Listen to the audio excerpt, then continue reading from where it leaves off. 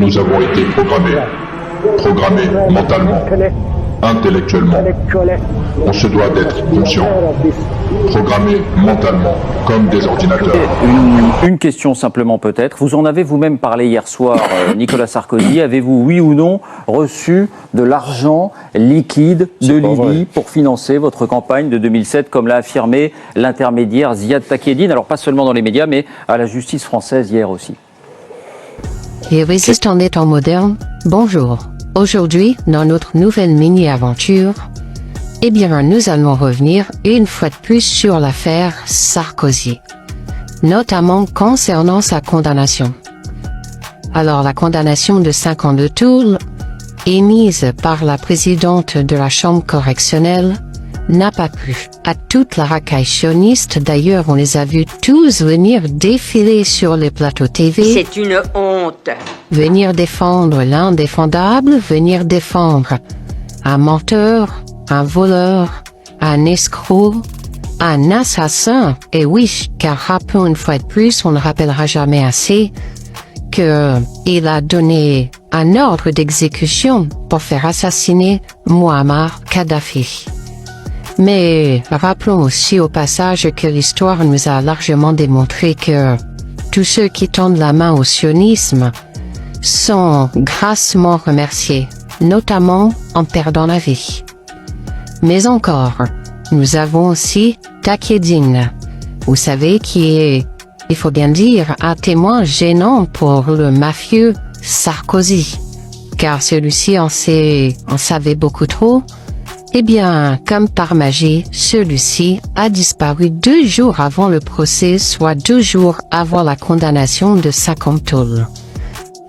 Est-ce le hasard ou est-ce volontaire, dans le but de supprimer un témoin gênant qui en savait peut-être un peu trop sur cette affaire? Alors, nous avons vu également des grands noms, des grandes têtes de la criminalité internationale du type BHL qui est venu également défendre son comparse criminel.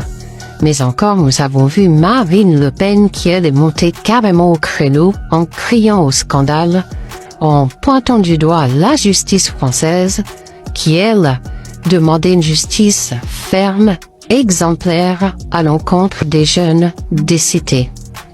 Mais quand elle-même est concernée, eh bien, bizarrement, la justice est une justice politique méchante et injuste. Tout comme elle est méchante et injuste avec le criminel de renom Sarkozy. Vous voyez bien la duplicité du discours de ces gens-là, et vous voyez bien que la justice doit être appliquée de manière ferme et sans concession, uniquement à l'encontre de vous-même, ou de moi-même, ou des autres citoyens que nous sommes. Ces gens-là se posent en tant que au-dessus des lois. Et oui, les lois ne sont pas faites pour eux, sont faites uniquement pour vous et moi. Mais voyez bien la duplicité de leur langage et que les masques tombent au fur et à mesure du temps. Rappelons que nous attendons tous que Marine Le Pen rende les millions qu'elle a détournés, qu'elle a volés, en partenariat bien sûr avec Jordan Bardella qui est vendu par le système médiatique pourri propagandiste comme étant le nouveau gendre idéal après le façonnage et après avoir vendu le produit Macron. Alors nous avons le mafieux Sarkozy qui continue sa victimisation, allant accuser le jugement de jugement haineux. Nous sommes à un demi-pas qui nous sortent la carte du jugement antisémite. Et oui, nous en sommes pas très loin. Mais encore celui-ci crie au viol de l'état de droit. On se demande si cette ordure de première sait ce que c'est réellement un viol. Je pense que toutes les victimes qui ont subi un viol seront ravies d'entendre qu'on utilise ce terme pour tout et n'importe quoi dans ce pays, sauf pour la réalité de fait. Nous attendons également que Louis Sarkozy, le fils Sarkozy, ordure de première, tel père, tel fils, que celui-ci soit également jugé et condamné pour son appel au meurtre et au génocide des Palestiniens. Nous attendons tous cette condamnation et ce de pied ferme. On rappellera que c'est un agent américain et qu'il n'en a strictement rien à carrer de la France. On rappellera que dans cette affaire, il y a une montagne de dossiers concernant Sarkozy. Mais il continue à faire perdurer le mensonge sur le fait que le dossier est vide. Et vous voyez bien que, une fois de plus, la manipulation, la tentative de mensonge est grossière. Et ils n'ont aucun scrupule à mentir, que ce soit les politiques qui défendent l'indéfendable ou que ce soit le système médiatique.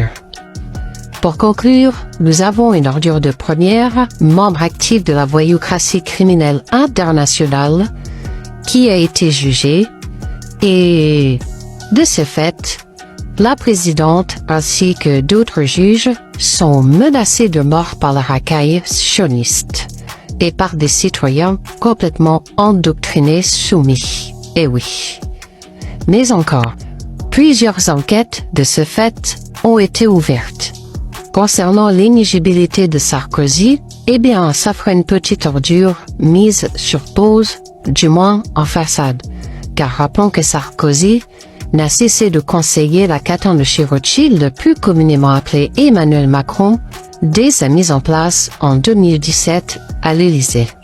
Donc, de manière indirecte, Sarkozy avait encore les manettes sur la politique française.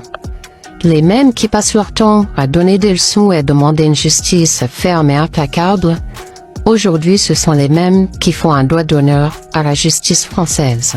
Et pourtant ils se targuent tous de vouloir défendre la France. Ils sont allés également taxer le parquet national financier et Mediapart d'avoir falsifié des faux documents. Quelle honte! Et comme dirait l'autre, quelle indignité!